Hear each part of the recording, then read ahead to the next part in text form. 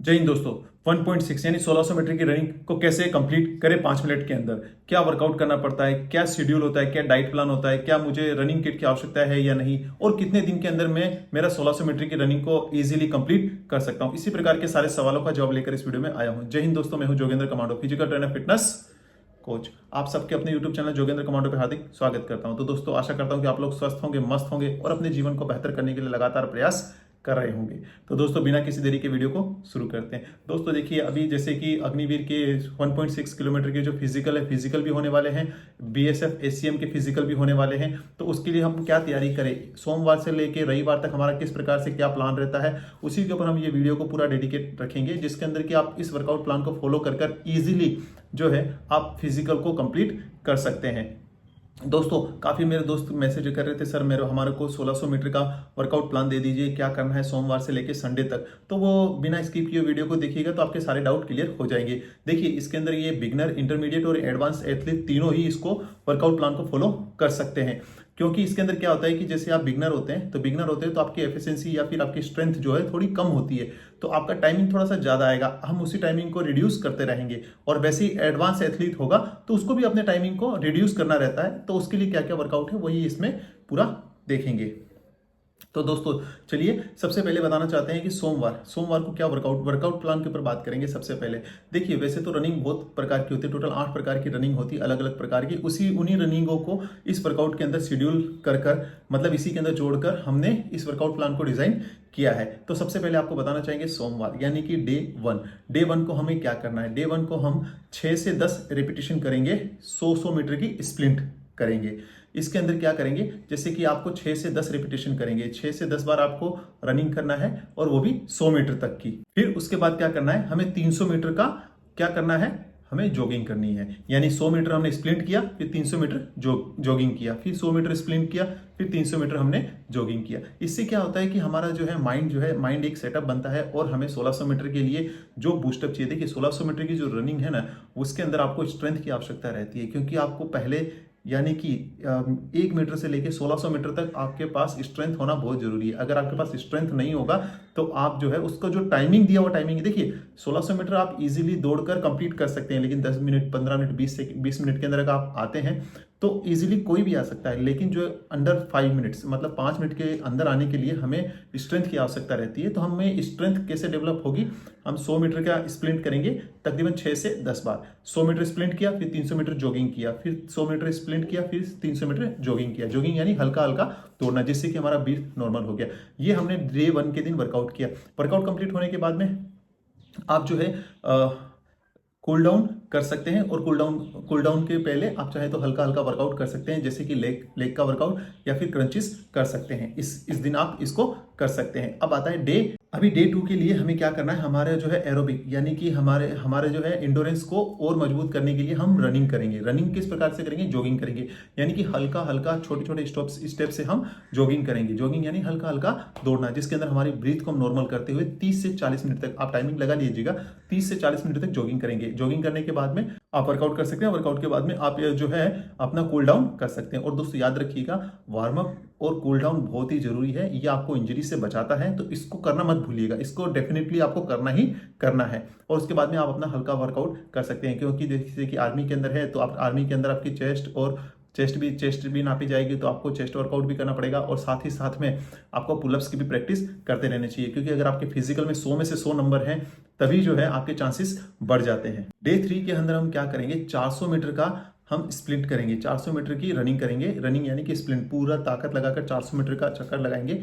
Total ये चक्कर करेंगे हम 6 बार, ठीक है। और हर बार हम क्या करेंगे, हमारा आज जितना टाइमिंग आया है हर वीक में इसको 15 सेकेंड टाइमिंग कम करने की कोशिश करेंगे। यानी कि आपने जैसे 400 मीटर का आज आपने चक्कर लगाया, आपको 2 मिनट लगे, तो अगले वीक जब आप आएंगे, अगले वीक में आपको 1 मिनट 45 सेकेंड ही है। इसी प्रकार से आपको टाइमिंग कम करते करते आना है। कहां तक आना है, 1 मिनट तक आना है। क्योंकि जब आप 1 मिनट तक आ जाएंगे, आपका एक चक्कर 400 मीटर का अगर 1 मिनट में हो जाएगा, तो फर्स्ट और लास्ट चक्कर के अंदर आप जब अपना एफर्ट लगाएंगे, अपना पावर लगाएंगे, तो डेफिनेटली आपका जो टाइमिंग जो है ना 5 मिनट के अंदर आ जाएगा। ये एक स्ट्रेंथ वर्कआउट है, इसके अंदर आपको पूरी ताकत लगानी रहती है, जिससे कि आपका टाइमिंग कम होता रहे। और याद रखिएगा दोस्तों, हर वीक के अंदर 15 सेकंड हमें कम करना है। कहाँ तक आना है, 1 मिनट तक आना है। 1 मिनट तक आपका टाइमिंग आने लग गया तो डेफिनेटली आपका जो है कवर हो जाएगा। अभी आता है डे 4। डे 4 के दिन हम क्या करेंगे, डे 4 के दिन वापिस से हम इंडोरेंस यानी कि एरोबिक एक्सरसाइज करेंगे। एरोबिक के अंदर हम क्या करेंगे, हम 30 से 40 मिनट तक जॉगिंग करेंगे। देखिए रनिंग क्या होता है कि रनिंग एक फास्ट होता है, एक मूवमेंट होता है, लेकिन जॉगिंग के अंदर क्या है कि आप हल्का हल्का हल्का हल्का जॉगिंग करते रहना है, जिसके अंदर आपको आपका नॉर्मली स्वेटिंग यानी कि हल्का हल्का पसीना आने लगेगा। आपको ब्रीथ को नॉर्मल रखना है, सांसों को सामान्य रखते हुए आपको जॉगिंग करना है कितना, 30 से 40 मिनट तक। 30 से 40 मिनट करने के बाद में आप अपना वर्कआउट कर सकते हैं। वर्कआउट करके कूल डाउन और फिर आप आ सकते हैं। ये हमारा हो गया इस दिन का वर्कआउट। अब दोस्तों हमारा आता है 5वें दिन का वर्कआउट। 5वें दिन के वर्कआउट के अंदर हमको 600 मीटर का रनिंग करना है। 600 मीटर की रनिंग करेंगे टोटल 6 बार।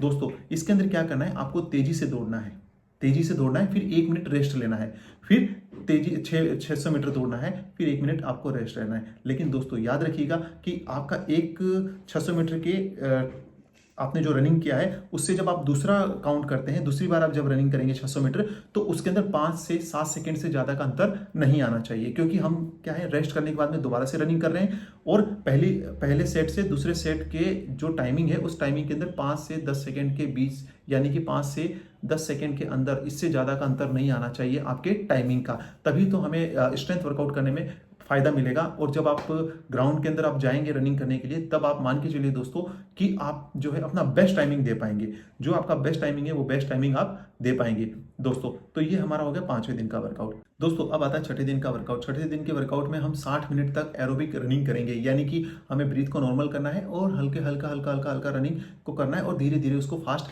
करते चलेंगे। तो दोस्तों ये हमने 6 दिन का वर्कआउट किया है। 7वें दिन का रेस्ट रहता है। 7वें दिन हम कुछ भी नहीं करेंगे, 7वें दिन हम रेस्ट करेंगे। 7वें दिन आप चाहे तो सरसों का तेल ले लीजिएगा, उसमें थोड़ी सी लहसुन डाल के उसको बॉईल कर लीजिएगा, पूरे शरीर पे मालिश करके सन बाथ ले लीजिएगा।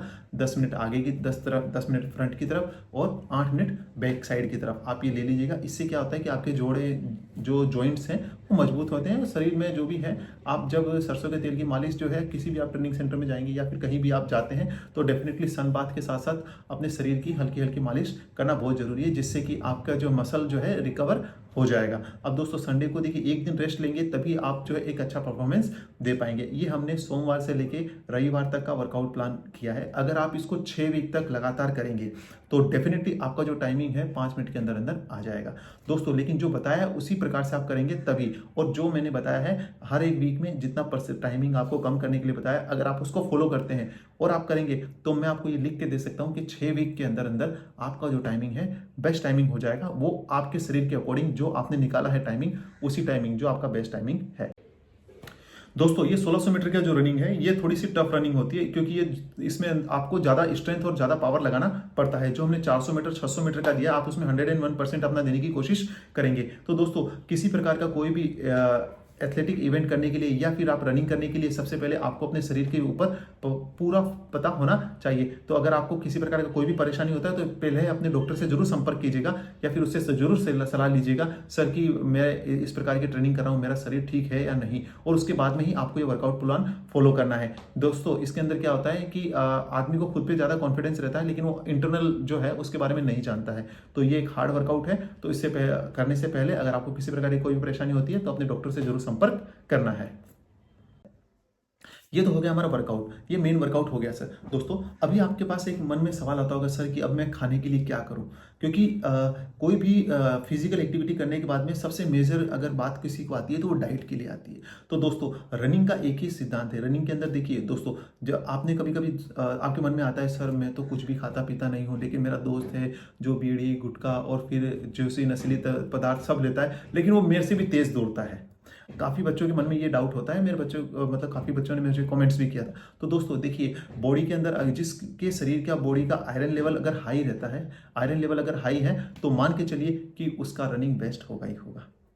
ठीक है, अगर आपके अंदर आयरन डेफिशिएंसी है, आयरन की कमी है, तो आप डॉक्टर के पास जाइएगा। डॉक्टर से कोई भी आयरन टैबलेट ले लीजिएगा या लिक्विड ले लीजिएगा या फिर कोई भी वो फॉर्म में आपको आयरन दे देगा। आप चाहे तो वो आयरन ले सकते हैं। फिर देखिए आपको 7 दिन के अंदर ही आपका जो है रनिंग का टाइमिंग जो है डेफिनेटली कम हो जाएगा। काफ़ी बच्चे जो आपने देखा होगा मैं बताते भी हैं आयरन, तो आयरन की कमी के कारण या फिर आयरन की डेफिशिएंसी के कारण आपको ये हो सकता है। तो मैं आयरन की डेफिशिएंसी ना हो उसके लिए एक अच्छा सा एक आपको डाइट बता देता हूँ। देखिए दोस्तों, ये हम यहाँ पे फौज में भी फॉलो करते हैं। आपको एक भुना आपको जो है काला चना लेना है, उसको रात को भिगो देना है। एक मुट्ठी काला चना, एक मुट्ठी मूंग, आपने उसको भिगो दिया, सुबह उसके पानी को फेंक दिया। अब आपको क्या करना है, उसके अंदर एक प्याज, एक टमाटर, एक लेमन डाल देना है, थोड़ा सा काला नमक डालकर आप वर्कआउट के बाद में आप घर पे आते हैं, आप उसको खाइए 7 दिन के अंदर। डेफिनेटली आपको मैं बता दूं दोस्तों कि आपका जो टाइमिंग और जो आपके सांस फूलने की तकलीफ है वो आपकी दूर होने शुरू हो जाएगी। देखिए सडनली एकदम से खत्म तो नहीं होगी, लेकिन धीरे धीरे छठे वीक के अंदर आप अपना बेस्ट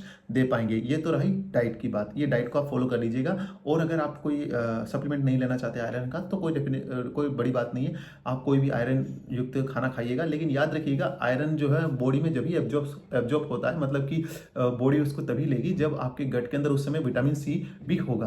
तो इसीलिए हमने जो है आप काफ़ी बच्चे क्या होते हैं चने तो खा रहे हैं सर, लेकिन हमको आपने कहा मैं तो काफ़ी दिन से खा रहा हूँ लेकिन मेरे को बेनिफिट नहीं हो रहा है। आप उसके अंदर नींबू डालकर साथ में खाइएगा, डेफिनेटली आपको रिजल्ट 100% मिलेगा।